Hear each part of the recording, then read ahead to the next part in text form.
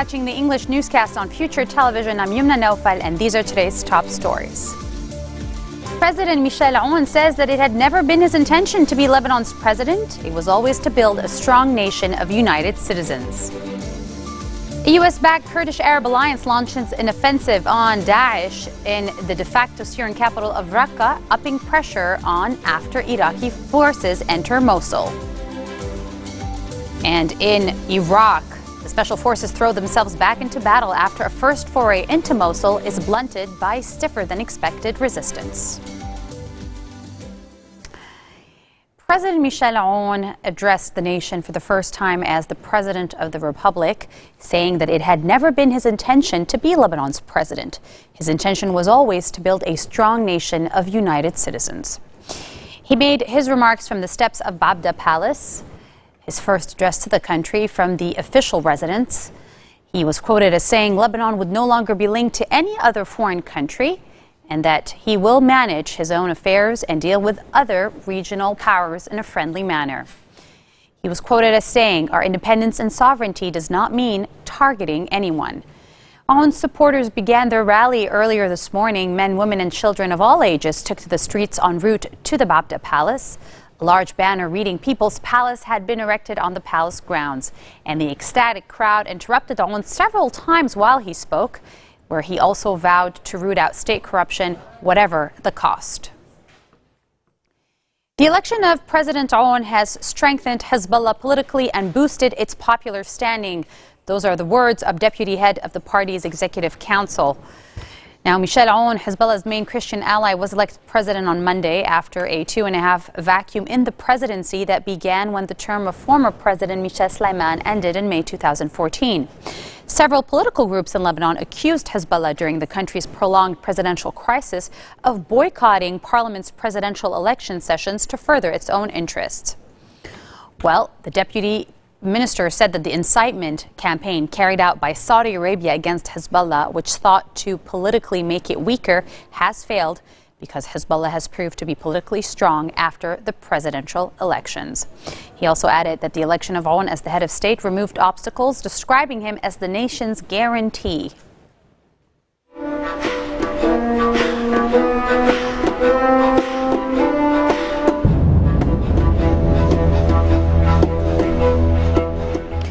A U.S.-backed Kurdish Arab alliance launched an offensive on the Islamic State group's de facto Syrian capital, Raqqa, upping pressure on the jihadists after Iraqi forces entered their Iraqi bastion of Mosul.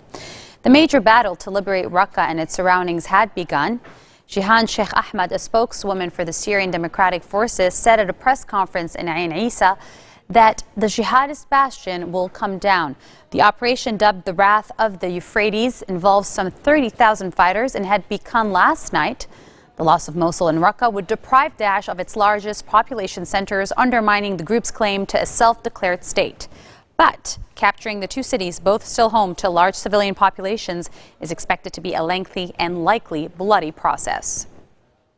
And so in nearby Iraq, special forces threw themselves back into battle after a first foray into Mosul was blunted by stiffer than expected resistance from Daesh, defending the birthplace of their caliphate.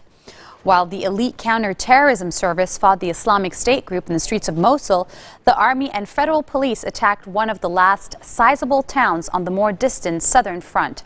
The mass exodus feared by aid groups of some of the million-plus civilians still trapped in Mosul has yet to materialize, but the number of people displaced by the battle has grown sharply in recent days.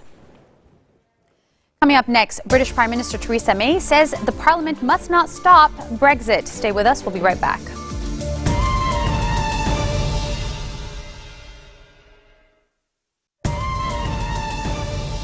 Welcome back.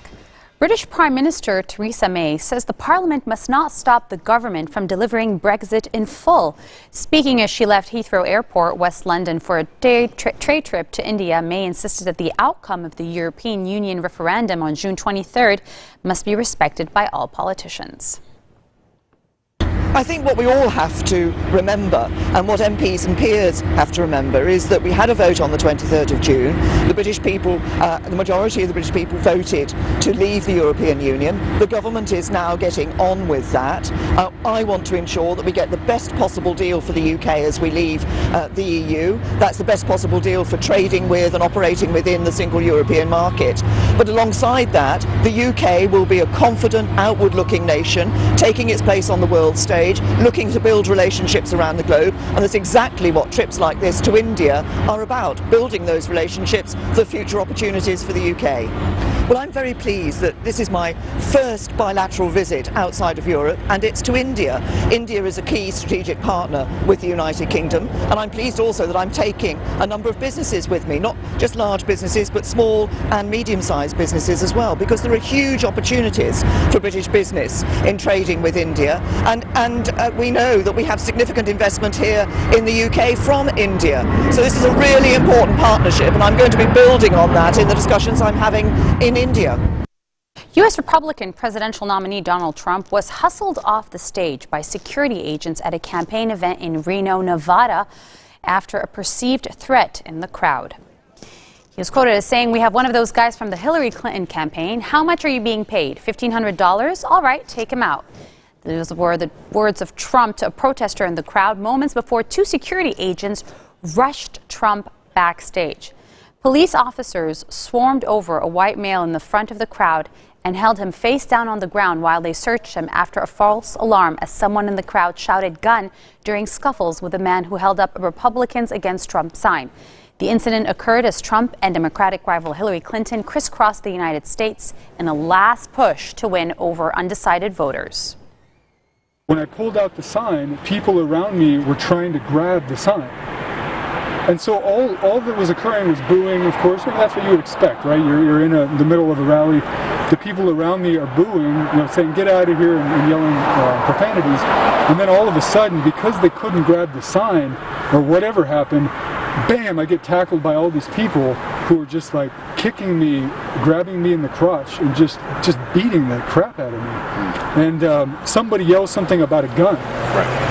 And so that's where things really got out of hand. I mean, people are just, kicking me, grabbing my arms, twisting them. And finally, I'm very thankful for the law enforcement who was able to quickly come. Because had they not been there, it's possible that these people could have, strangled me and killed me right on the spot. At different rallies, for example, just 2 days ago, President Obama was having a rally, and there was a protester that stood up, and he quieted everybody and told them to respect this individual.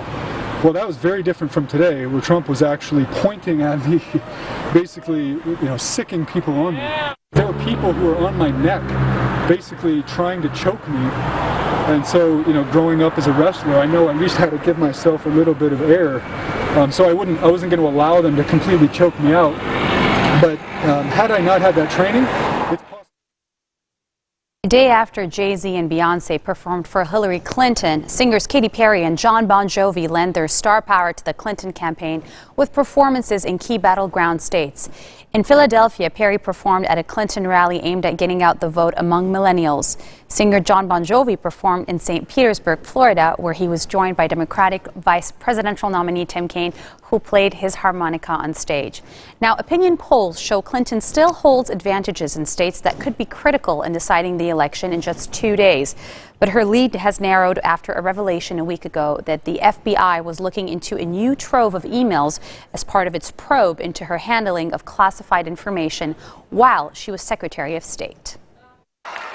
I was thrilled when our incredible guest tonight came out and started campaigning for me way back in Iowa before the caucuses, because I love the message. When you get knocked down, which everybody does, what matters is get back up. Stand up for what you believe. Know the power of your own voice. It can change the world. And let's once and for all, as we welcome her to the stage, let's prove that love trumps hate. Katy Perry! This marks the end of our bulletin for today. Now for a reminder of our headlines. President Michel Aoun says it has never been his intention to become president. It was just to build a strong nation of united citizens. The U.S.-backed Kurdish Arab Alliance launches an offensive on the group's de facto Syrian capital of Raqqa. And Iraqi special forces throws themselves back into battle after a harder-than-expected day in Mosul, Iraq. Those are your Sunday headlines live on Future Television. Catch us again tomorrow for all the latest. Have a good one.